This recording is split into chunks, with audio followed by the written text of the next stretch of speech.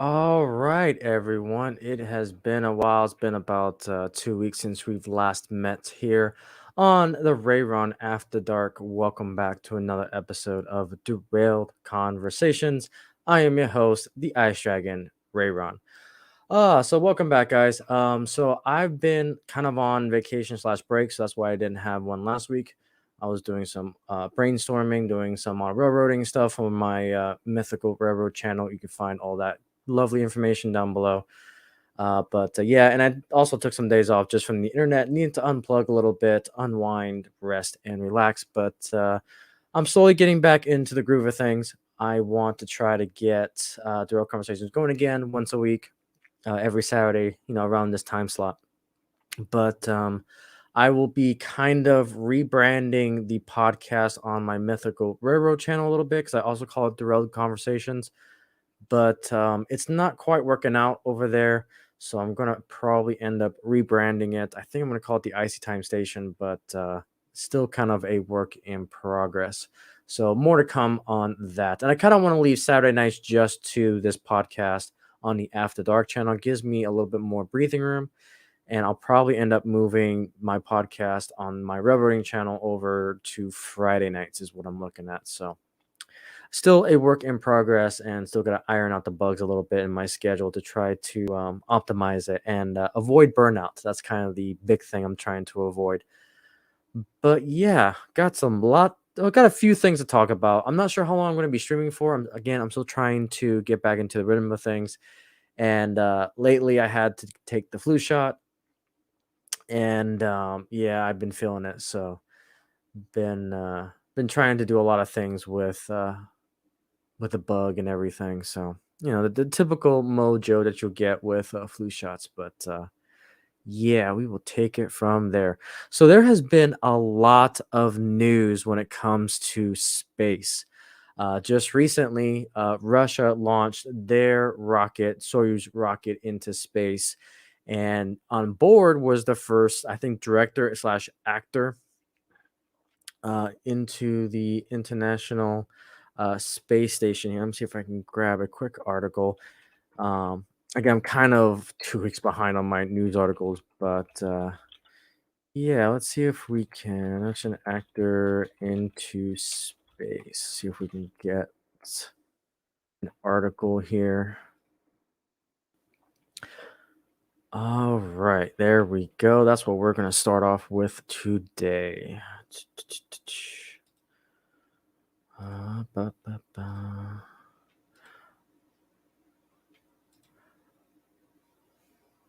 All right, so we've got Russian actor and filmmaker are on the space station to shoot scenes for a film. Earlier this week, a Soyuz aircraft launched to the International Space Station with 3 people on board, but only one of them was a cosmonaut. The other 2 crew members were Russian actress Yulia Persild and film producer Klim Shivniku. They will be on the ISS for 12 days to film scenes for the upcoming movie called Challenge. NASA says the film crew is under a commercial agreement between Roskosmos and Moscow-based media entities. Aiding the launch will mark an expansion for commercial space opportunities to include feature filmmaking. So that's pretty cool. Once again, Russia is getting another first in the space race, having this first film in space on the actual ISS. It won't be CGI, it'll actually be from the International Space Station, which is going to be interesting. It kind of starts to open the floodgates a little bit, because before this, we had a Dragon launch from SpaceX that had the first civilian crew on board, and we got to see some of the images last 2 weeks ago. But yeah, it's pretty cool. Let's bring the total on board to the ISS 10 as the 3 space flyers join all those other crew members into space, and it return March 2022. That's pretty cool. So there is our Soyuz rocket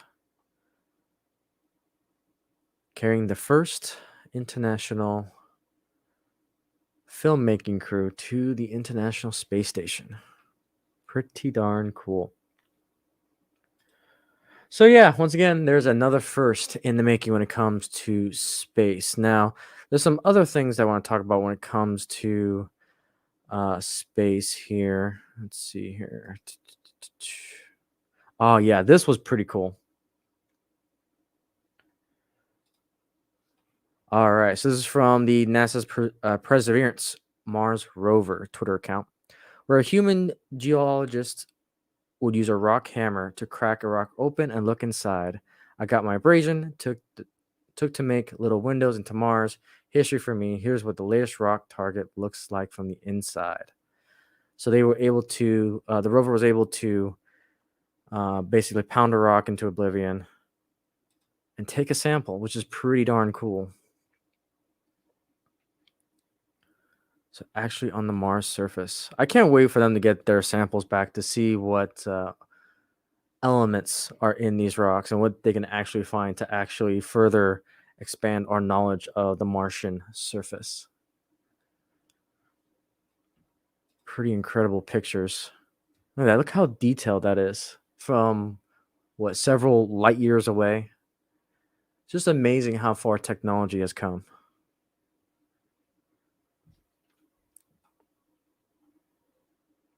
So it's about 2 inches in diameter. Some sort of granite rock mixed with sand.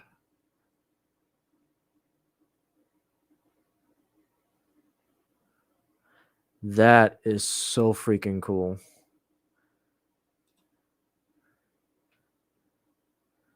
Perseverance. And I think they're going to be going through a dark mode, or safe mode, if I remember correctly, because where this rover is particularly at, it's going to go under 2 weeks of no sun. So definitely going to keep an eye on that.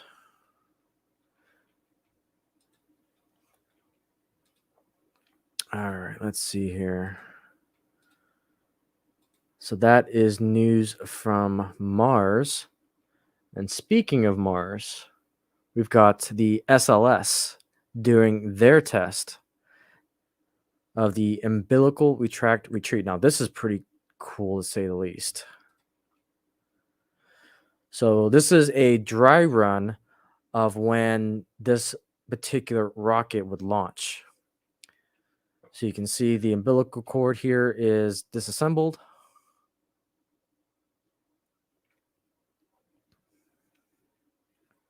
And you'll see kind of from the top view here. Now, this rocket, this SLS rocket, is what eventually was used from the shuttle, and now it's kind of getting an upgraded feature. So, all new side boosters. The fuel tank was kind of from the shuttle. And to my understanding, this was a successful test that NASA did. And this rocket will support the missions to get to the moon, to get to Mars in the future.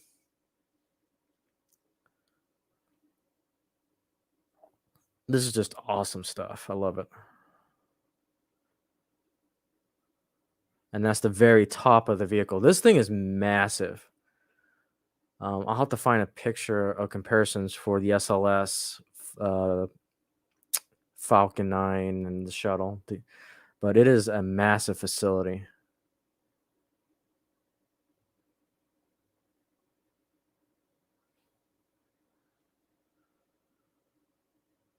And the fact that all these parts have to work together in sync. So yeah, that's the new footage. Watch the different platforms around the SLS rocket retract as part of the umbilical release and retract test, the URRT, at NASA's Kennedy Ground System. Conducted a test to prepare for Artemis and stacking Wong activities. See if we can find more information on this SLS. But this is the stuff I am definitely excited for. Different steps here for moon rocket assembly.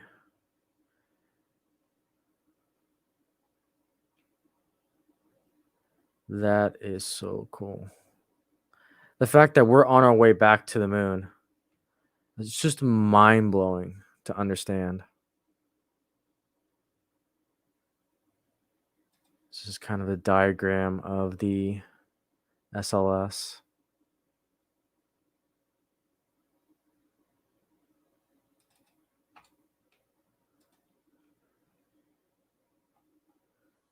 That is so cool. Yep, the space race has begun. The second age. So that is the SLS from NASA. Okay, and then there's a few bit of other news here. Now this one's pretty cool because this is something that, for once, we're actually starting to see a little bit of Star Wars inspiration here. So NASA Langley Research Center announced is creating a new deployable structures for solar sail propulsion systems destined for future space missions. Like a sailboat is powered by wind in a sail. Solar sails use sunlight for propulsion, eliminating the need for conventional rock propellant. And of course, my first reaction was one of the few comments down below. Good old Count Dooku's solar sailor. That is awesome. The fact that we're starting to see Star Wars technology in the modern age. And this is kind of a test they did on the ground here. That is so cool.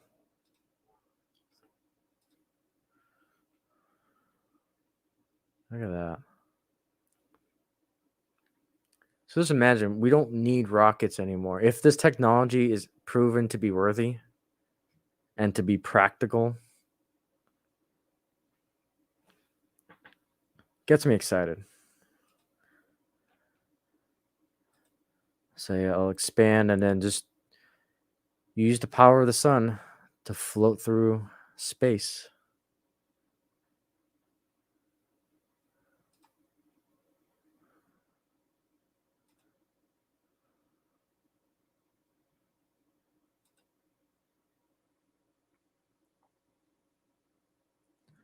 My only concern with this is that I hope they don't catch any debris as they go through out of our atmosphere, because there's so much space debris that you have to take into consideration. I mean, it may not be visible to us on the ground, but when you actually track it through like satellites and radar and all that, there's actually a ton of space debris around our atmosphere. So it's gonna be interesting to see how they navigate these solar sailboats through that.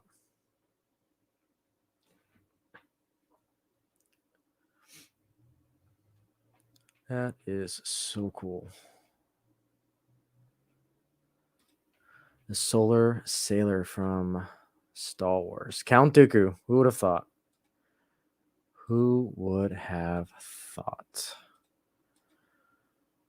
Okay, and that's pretty much all the space news for this show. Had a lot to catch up on because there was just so much news. And actually, no, there's one more thing I want to. Oh man, I thought I saved it. I guess I didn't. We cannot talk about. I can't move on without talking about SpaceX, because SpaceX is building something pretty cool, and I just got to see if I can find it. Let's see here. Yeah, I was fortunate enough to actually watch one of the Dragon cargo launches on the West Coast here. It was quite a sight to see, knowing that we're returning to space much more frequently too, because it felt like there was just this lack of space news and development and progression after we retired the space shuttle program. But it's nice to see that humanity, the human race, is finally getting back into the stars consistently. Okay, let me see if I can find.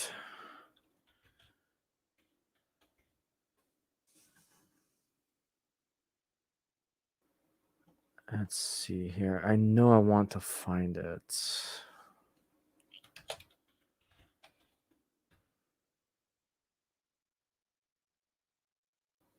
Oh, yes. Okay, we're getting close now.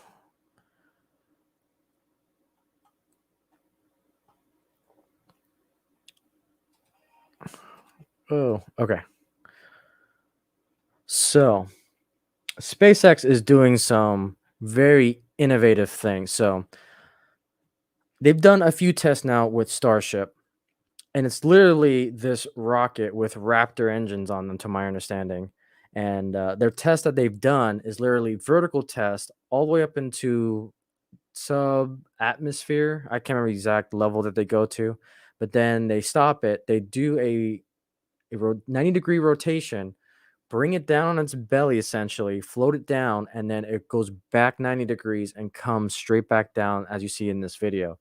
Quite fascinating to see. And they're just only going to expand upon this. What they're planning on doing is they've got this second booster, essentially, that they're doing. Now, the technology they're taking from Falcon 9, they want to try to, times that by 10. And they want to take this booster and not only bring it back and be able to reuse it, they want to land it on this little bit of a platform here. And then as it's floating down, they're building this mecha claw thing. I can't remember exactly what they call it, but I think it's called the mecha claw, if I remember correctly. But it's basically this claw that's going to actually grab it while it's descending, and it's going to basically aid it into this little landing spot here. And then when the ship comes back, it's going to also grab on the Starship shuttle as well. So it is quite fascinating to see what they are doing. So this tower and this claw mechanism is basically an airport because everything is going to land right on this little area. The claw will grab it and they'll be able to restack, refuel, recrew for the next mission. So that's like saying that you want to take the space shuttle, launch it off the pad, and then land it back on that pad again. Whereas before with the space shuttle, they had to land on the runway, and if it landed in California, then they'd fly it back, or if they landed in Florida, they would have to reassemble with all the boosters and the fuel tank and so forth. Very timely process.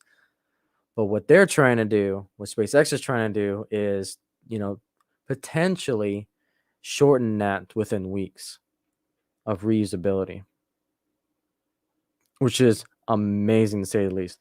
So just recently, they are now looks like Ship 21. They are adding the tiles, the protective tiles to Starship, so that way it can go into outer space, do its orbital testing, and I think that's the next big phase. So yeah, there is the Ship 20 there. So we got some very exciting launches from SpaceX coming up with the Starship, and the fact that it's going to be able to land on those launch pads. It's just amazing. Yes, here's more of the construction.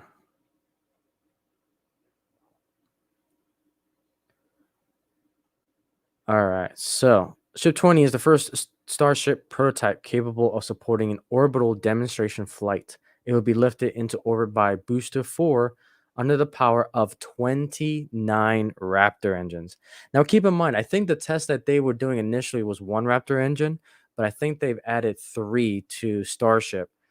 The booster for Starship is going to be 29, which is insane. Ship 20 has heat tiles on the windward side and flaps, which will ensure its ability to re enter the atmosphere safely. It is expected that Ship 20 will be placed on the booster for fit checks and it will be moved to conduct testing, including status fires. So, right now, they're still in the very early stages of this. Yeah, still no estimated time of when they're going to be doing all this. But yeah, it's very exciting. So there's the tower, and then the claw essentially is still being built, to my understanding. I'm trying to see if they have some animation. But yeah, that's basically what Starship's doing. Very exciting news when it comes to space. All right. So some other things here.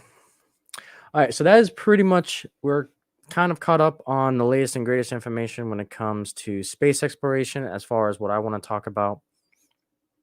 SpaceX doing wonderful work on Starship and with their Starlink system getting up online with their satellite internet that they're doing. We're seeing NASA during their static test for the SLS mission to the moon and hopefully to Mars. And yeah, I'm starting to see a lot of good things. You know, Russia wants to get into the first again. But yeah, really interesting. So kind of go on to some more random topics here. So the next one is apparently the oldest human footprints in North America was found in New Mexico. So fossilized footprints discovered in New Mexico indicate that early humans were walking across North America around 23,000 years ago, researchers reported Thursday. The first footsteps were found in a dry lake bed in White Sands National Park in 2009. Scientists at the U.S. Geological Survey recently analyzed seeds stuck in the footprints to determine their approximate age, ranging from around 22,000 to around 21,130 years ago. The findings may shed light on a mystery that was long intrigued scientists. When did the first people arrive in America or the Americas after dispersing from Africa and Asia? So yeah, that's pretty cool. And look at, and those are kind of the footprints there.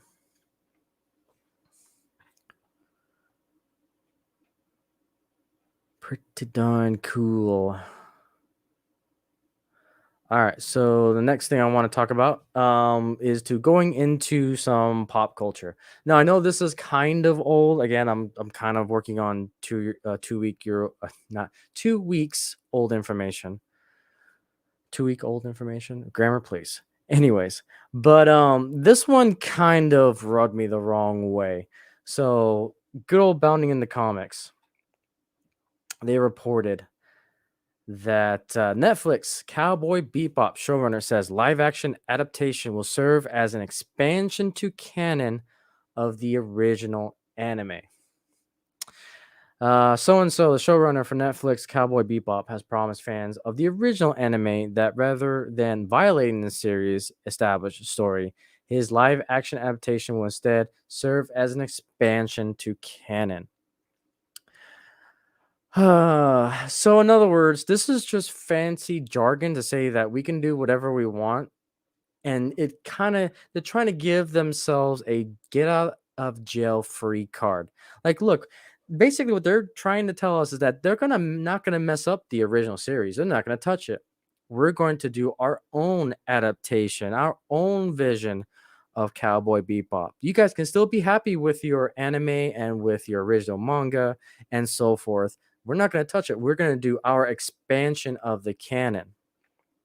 Now, this can be done in good, proper hands. This can be done in a very corrective way that, you know, you can create expansion stories. You can continue on from the anime and so forth. And, you know, considering what's coming out of Hollywood lately, I'm erring on the side of caution because all these remakes, all these adaptations, we know, especially from Netflix's past with Death Note, that there is a lot of skepticism when it comes to this particular announcement when it comes to Cowboy Bebop. Um, and we kind of seen that from all the controversy surrounding her, you know? Um, yeah, it's just, addressing from fan criticism of live action adaptation, very extensive during an interview with Entertainment Weekly's Nick Romano, published on September 21st. Nemec asserted, "I promise we will never take the original anime away from the purists." Purists. You see, there's that ist again. How about just say fans? What's wrong with saying fans? No, it's got to be the purists. They've always got to add that ist to everything.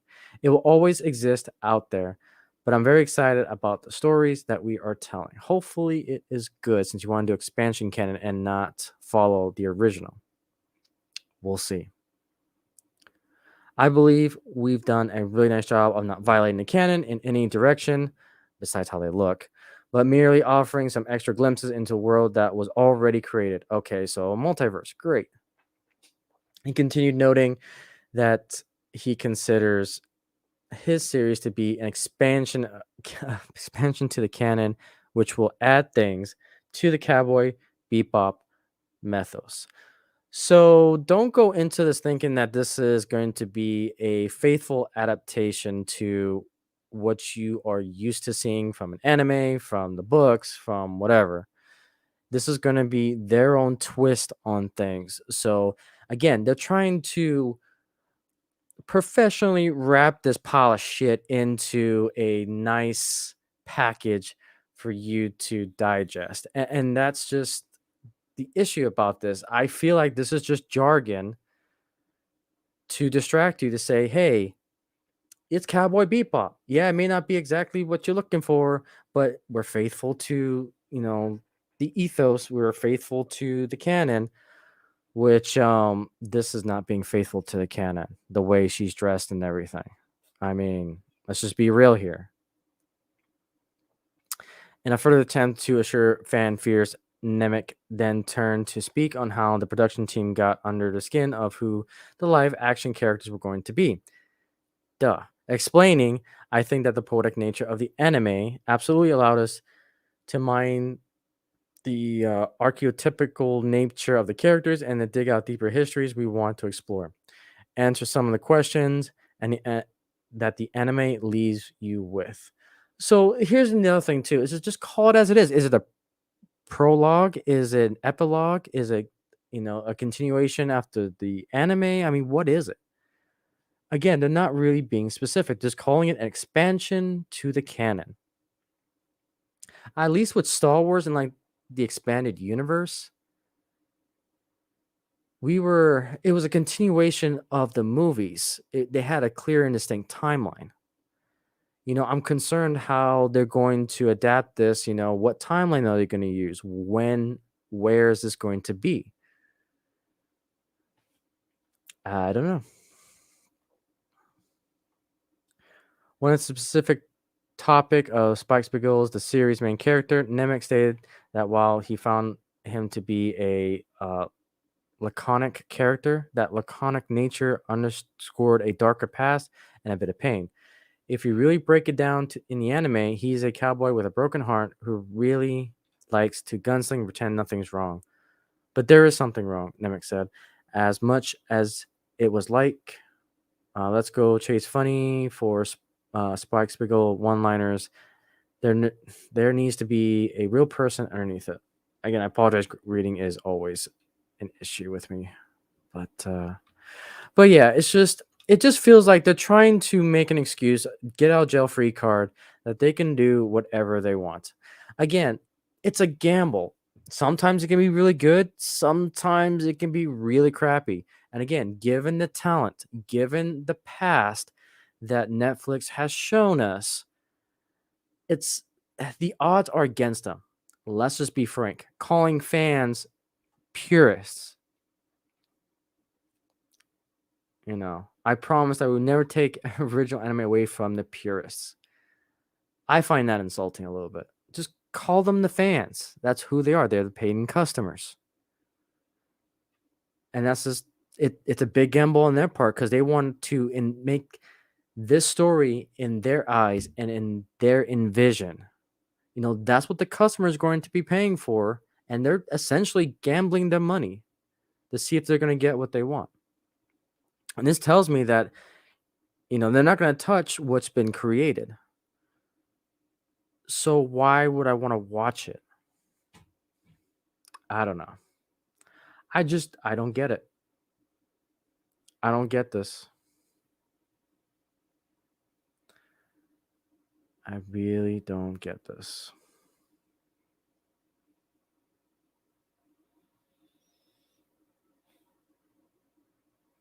Yeah. I don't know. We live in an age where we can't trust Hollywood. We can't trust these streaming services to do live adaptations correctly. And I just don't get it. I just don't get it. All right, and then kind of the last thing I want to leave with you guys is a little hope for humanity. I try to focus on the good things. We talk about a lot of the pop culture stuff. I try to sometimes focus on the good in life. And this article kind of warmed my heart a little bit. So, please help a 79-year-old hook up TV for his ill wife after a traffic stop. So, police in Michigan turned a routine traffic stop into an opportunity to help a resident who was having a hard time. Sterling Heights police say they pulled over a 79-year-old on an evening of September 30th for speeding. After they pulled the man over, they saw he was visibly upset and crying. Responding officer Kevin Coates reportedly learned that the man's name was David and his wife was in bad health and their adult son has special needs. I bought a television today because I wanted to make my wife happy. You can hear David say on a dash cam video. David took the officer. He was upset because he couldn't figure out how to hook it up and was driving around to different stores to try to get that help. Sterling Heights police officer says Coates gave David a verbal warning for speeding and promised to come to his home later to hook up the television. With two other officers in tow, Officer Coates arrived later, installed David's television, and hooked up the cable. Police say David was very approachable and said he was not good with new technology and never would have been able to figure out on his own. I'm very proud of Officer Coates, said Officer. I'm not even going to try. And new recruit officer, yeah, you see the names there, for going above and beyond to help our residents. This is just an example of an amazing service that Sterling Heights Police Department provides to our community and in a press release. So that's the video there. You can find it on YouTube. But this is just something that I really wanted to highlight that, in our dark times, of pop culture going down the drain, with our favorite franchises going down the drain, with escapism just being destroyed by Hollywood and everything that we see on the news and what's going on currently in the world with everything. It's really up to us to find the good in life. Sometimes we have to dig for it. And when I ran across this article, I wanted to share that with you guys because this was such a touching story that, you have this elderly gentleman that, he just wanted to figure out how to install a TV, and it's like none of the stores around him would help him, which is sad to say the least. There's a thing to be said that, sometimes we always got to ask ourselves, are we depending too much on technology? And, are we leaving these type of individuals behind in this progression of humanity?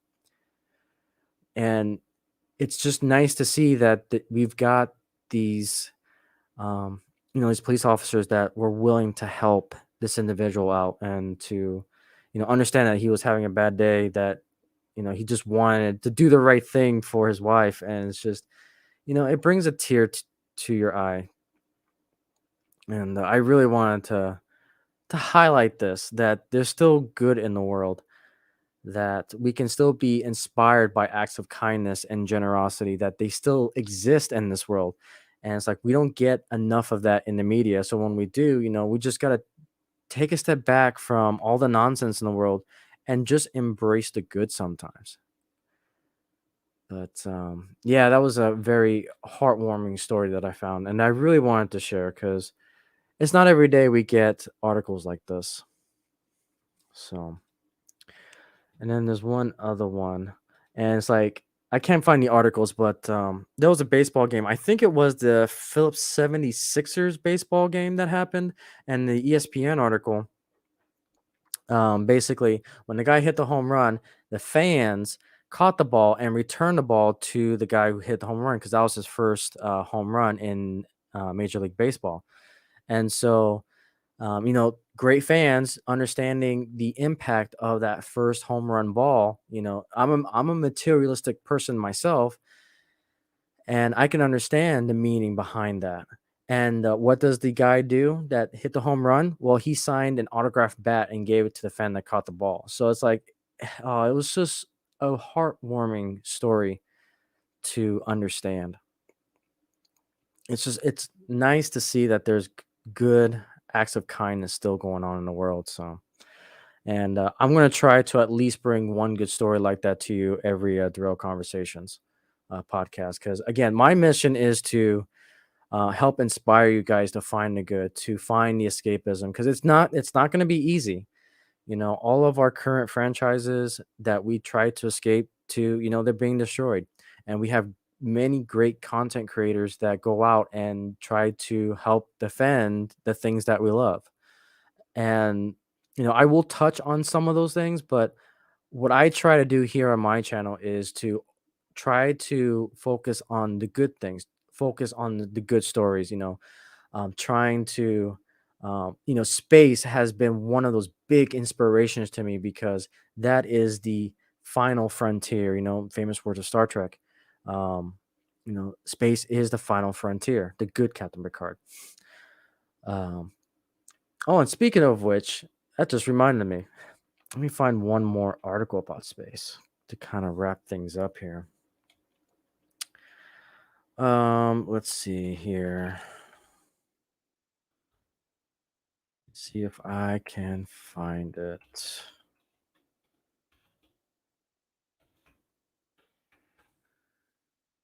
Obviously, there was another space company that made the news today that I totally forgot to hit upon. Good old Blue Origin. This is the Amazon. Um, why am I blanking on this guy's name?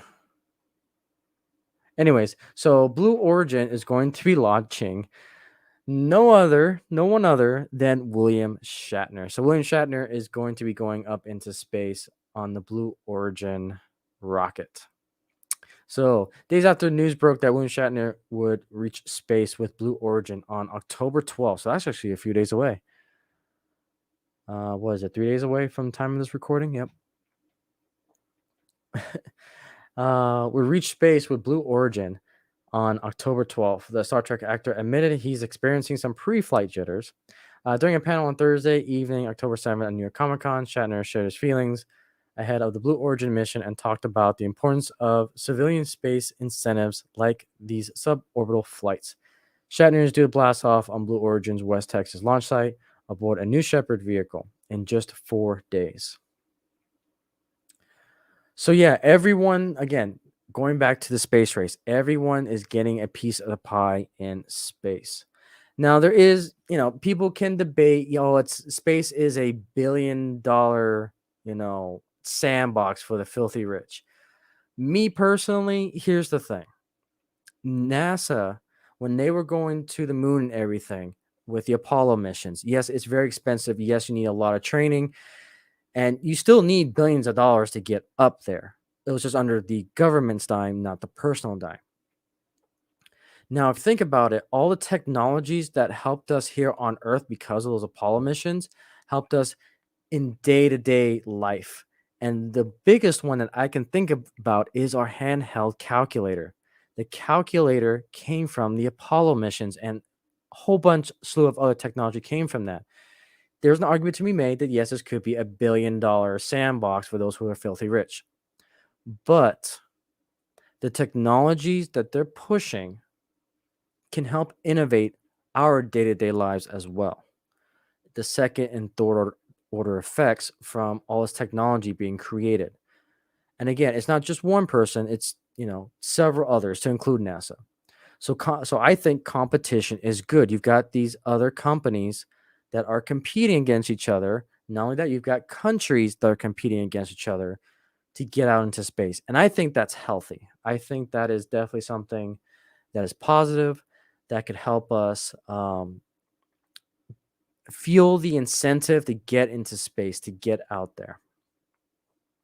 And just like everything else, NASA will be the organization that oversees all these space exploration. So still be, standardized with rules, regulation, laws, all that stuff.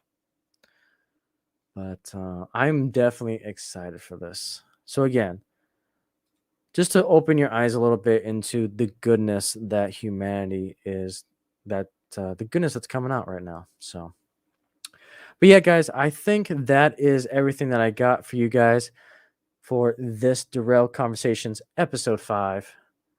Kind of dominant with space, but I love talking about space. There's a great amount of things that's happening right now.